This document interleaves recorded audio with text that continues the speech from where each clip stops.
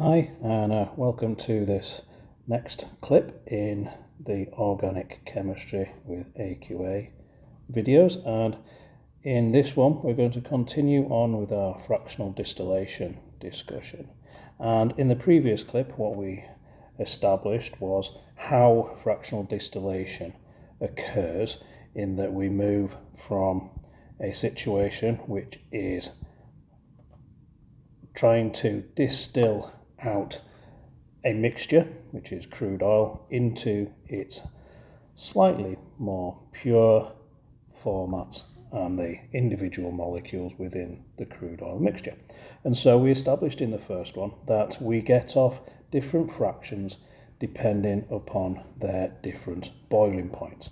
Now, if we were to draw two relatively straightforward alkanes which can come out of a fractional distillation column, we can have a molecule of methane, and we will also draw a molecule of propane.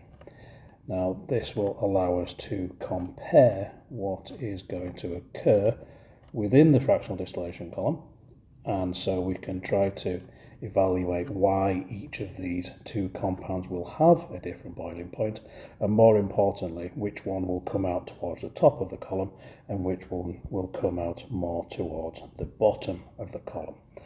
So if we think about the forces which are involved here, what we have is the intermolecular force which will exist between a molecule of methane or a molecule of propane, and that intermolecular force will interact with a neighbouring molecule of methane and likewise a neighbouring molecule of propane, which we could draw down at the bottom here.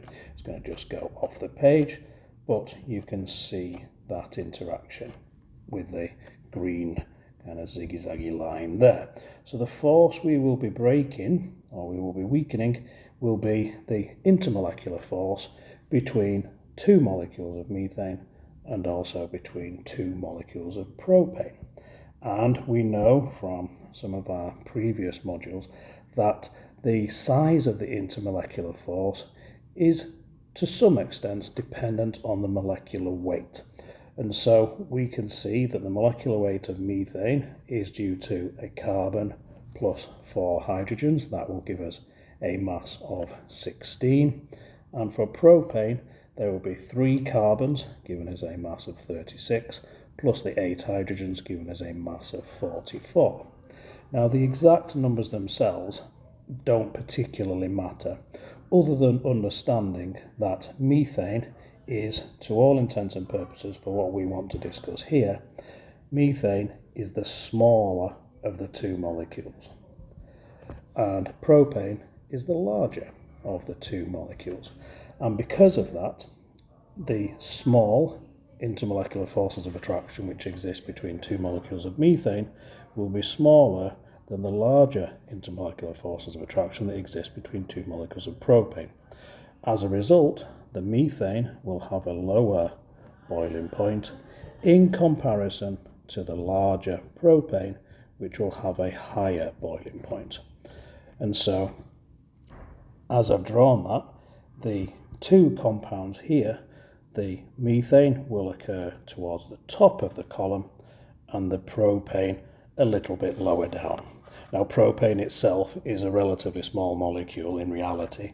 Some of these organic molecules can go up to C50, C60 in size, so we'd have 60 carbon atoms in a line. And so, for the appreciation of this discussion, what we need to just appreciate is that the methane is a smaller molecule than propane, and so it will come off towards the top of the column. And when we do this, we generally see that in reality, these liquid petroleum gases, these very small molecules, tend to come off towards the top of the column. So we'd have small ones up here, and then we'd have the larger molecules down the bottom here. And that is related, as we say, to increasing intermolecular forces as we go down the column and subsequently go to larger molecules.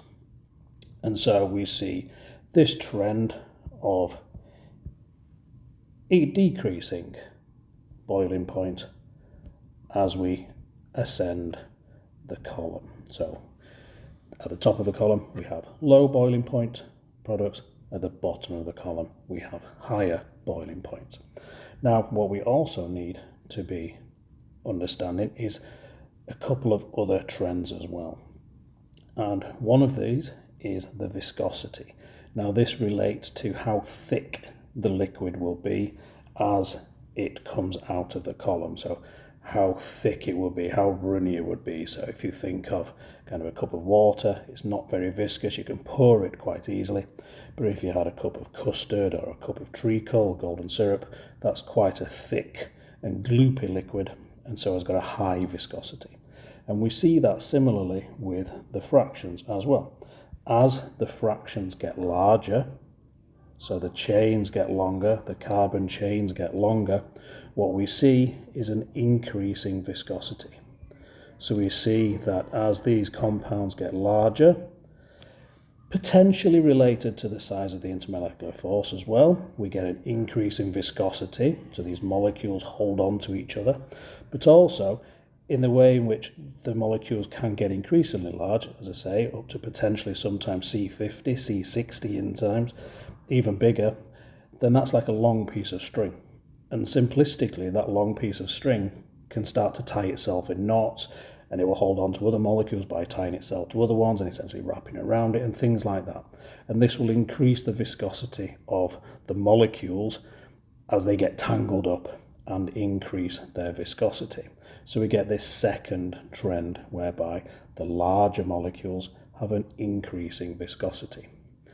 And the third trend that we need to look at is the ability of us to essentially ignite one of these fractions.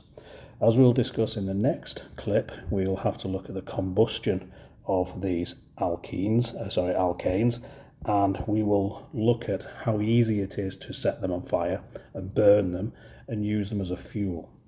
As we'll discuss, the primary use of fractions from organic chemistry is to be used as a fuel, so to ultimately supply us with energy, and we will look at the balanced equations that will be related to that. As I say, we'll do that in the next one. But what we will see is that the trend in flammability, i.e. the ability to burn, so the ease of burning, as it was, so ease of burning will increase up the column. So the smaller the molecule, the easier it is to ignite. And at the bottom of the column, those big, large, very viscous molecules with a high boiling point will be difficult to light. And so we get these three trends that we need to look at. The first one, as we say, is the boiling point, which gives rise to fractional distillation in the first place.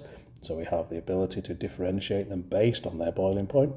The small molecules go to the top, the larger molecules go to the bottom. We also get an increase in viscosity due to their ability to get tangled up. And we also get an ease of burning. Now, the ability for something to be set on fire in terms of the fractions is it's easier when we have a smaller molecule. Methane is easier to ignite than propane will be, and subsequently will be much easier than it will be for bitumen, for example, to be ignited. And so what we see for a lot of these compounds is their uses, so the use of the fractions, primarily as fuels. And in this next clip, as we will look at the fuels, and we'll look at the combustion equations, and we'll look at the potential reasons why they become increasingly difficult to ignite. So thank you for this one, and I will see you in the next one.